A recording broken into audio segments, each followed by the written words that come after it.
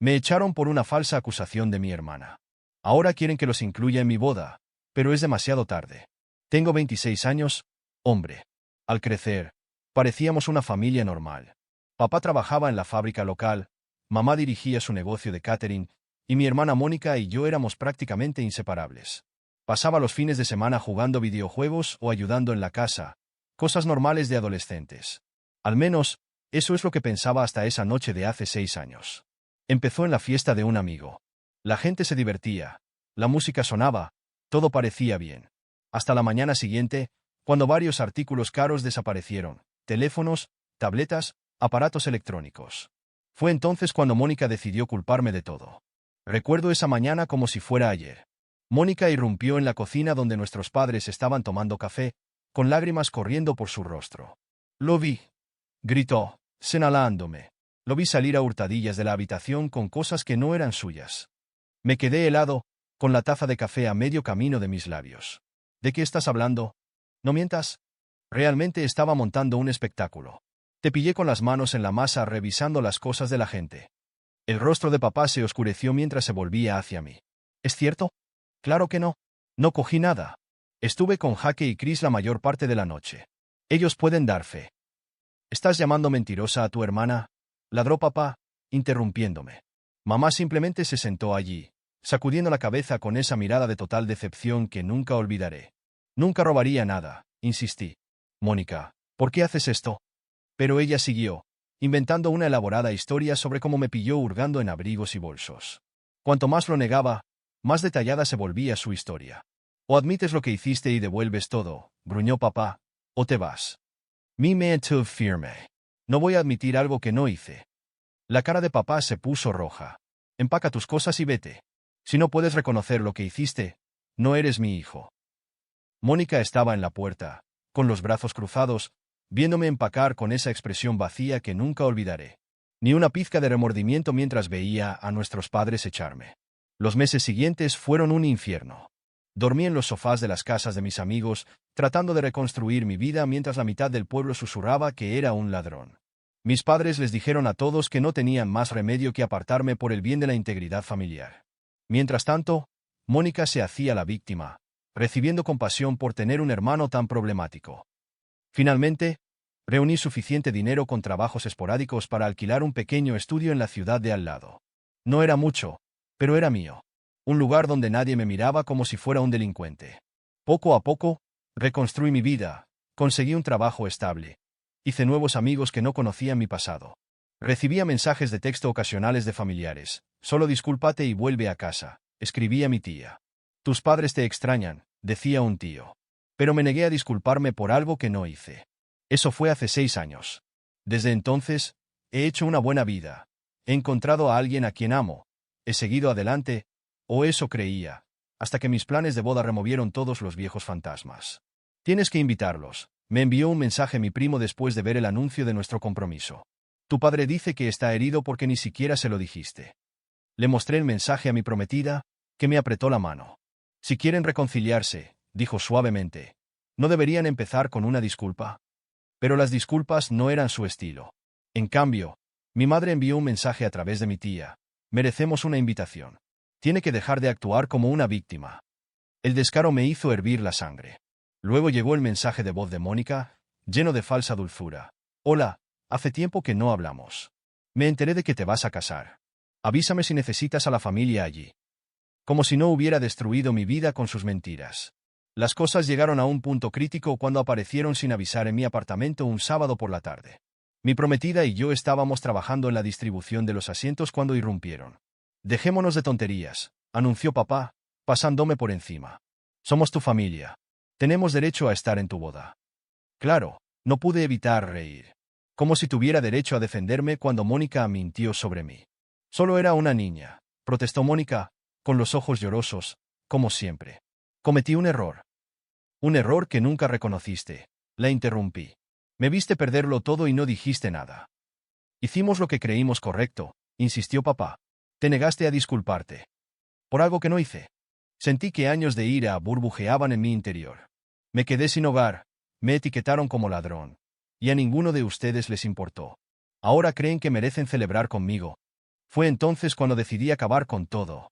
Saqué mi teléfono y les mostré lo que había estado guardando todos estos años. Imágenes de las cámaras de seguridad de la fiesta, que mostraban claramente a Mónica saliendo a hurtadillas con los artículos robados.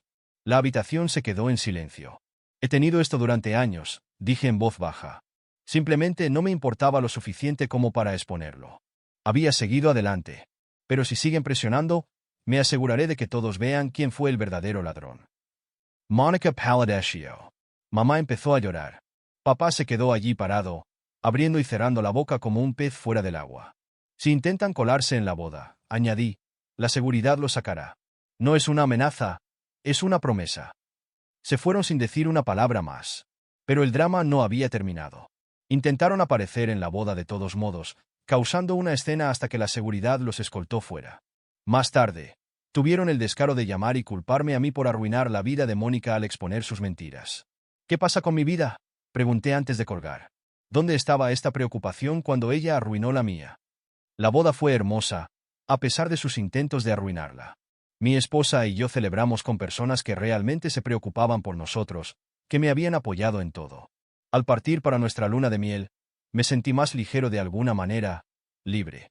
He oído que siguen enfadados, que siguen contándole a cualquiera que les escuche sobre mi traición. Aparentemente, Mónica sostiene que todo fue un malentendido. Pero ya no me importa.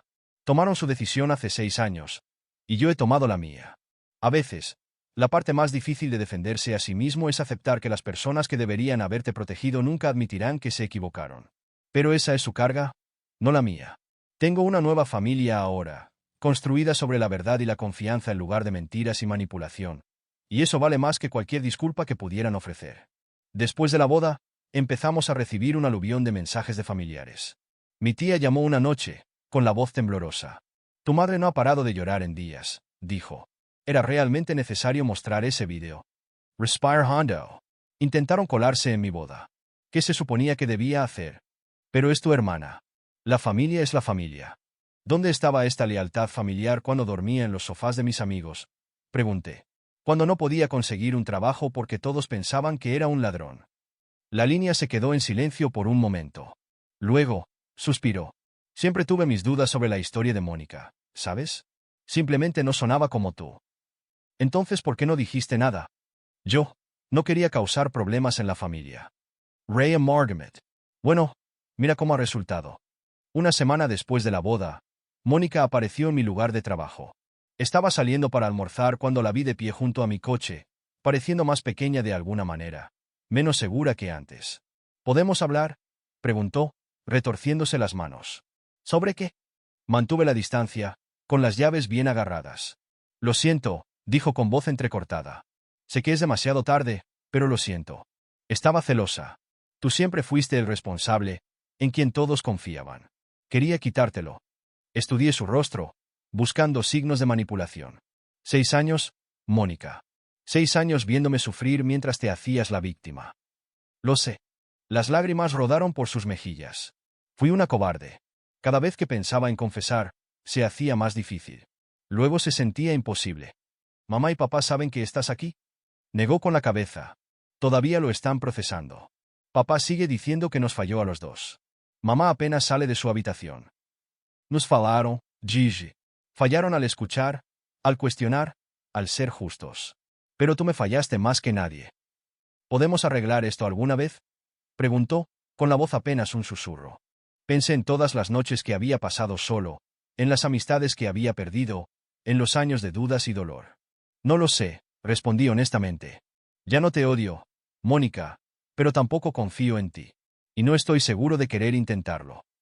Asintió, secándose los ojos. Lo entiendo. Solo, necesitaba que supieras que lo siento. Mientras la veía alejarse, me sentí extrañamente vacío. No enfadado, no reivindicado, simplemente acabado.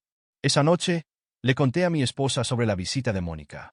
Estábamos preparando la cena juntos, la simple paz doméstica contrastaba con el caos de mi pasado. ¿Crees que lo decía en serio?, preguntó, picando verduras. Probablemente, dije. Pero no cambia nada. Algunos puentes, una vez quemados, no se pueden reconstruir. ¿Y tus padres? Pensé en la cara roja de papá, en las lágrimas de mamá, en su negativa a siquiera considerar mi versión hace tantos años. Eligieron su verdad, dije. Todavía la están eligiendo. He terminado de intentar que cambien de opinión. Más tarde esa noche, encontré una vieja foto familiar mientras desempacaba los regalos de boda. Mónica y yo en la playa, construyendo castillos de arena, ambos riendo. Dos niños que no tenían ni idea de cómo resultarían las cosas. Mi esposa me encontró mirándola y me rodeó con sus brazos.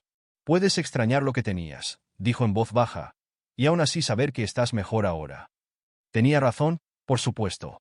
La parte más difícil de crecer no es solo aprender a defenderse a sí mismo. Es aceptar que a veces las personas que deberían haber estado de tu lado simplemente no lo estaban. Y eso está bien. Guardé la foto y me volví hacia mi esposa, mi verdadera familia ahora. Teníamos que terminar la cena, una casa que construir, un futuro que planear. El pasado podía quedarse donde pertenecía, detrás de nosotros. Alguna gente podría llamarlo cruel, cortar con la familia así. Pero a veces lo más amable que puedes hacer por ti mismo, y por ellos, es dejar de fingir. Dejar de interpretar los papeles que te asignaron. Dejar de cargar con el peso de sus expectativas y mentiras. Elegí la verdad por encima de la política familiar, el respeto por mí mismo por encima de la reconciliación vacía. Y si eso me convierte en el malo de su historia, que así sea. Estoy demasiado ocupado escribiendo la mía. Muchas gracias por escuchar mi historia. Si tienen alguna idea, me encantaría escucharla. Así que por favor dejen un comentario. No olviden dar me gusta y suscribirse si quieren más historias como esta.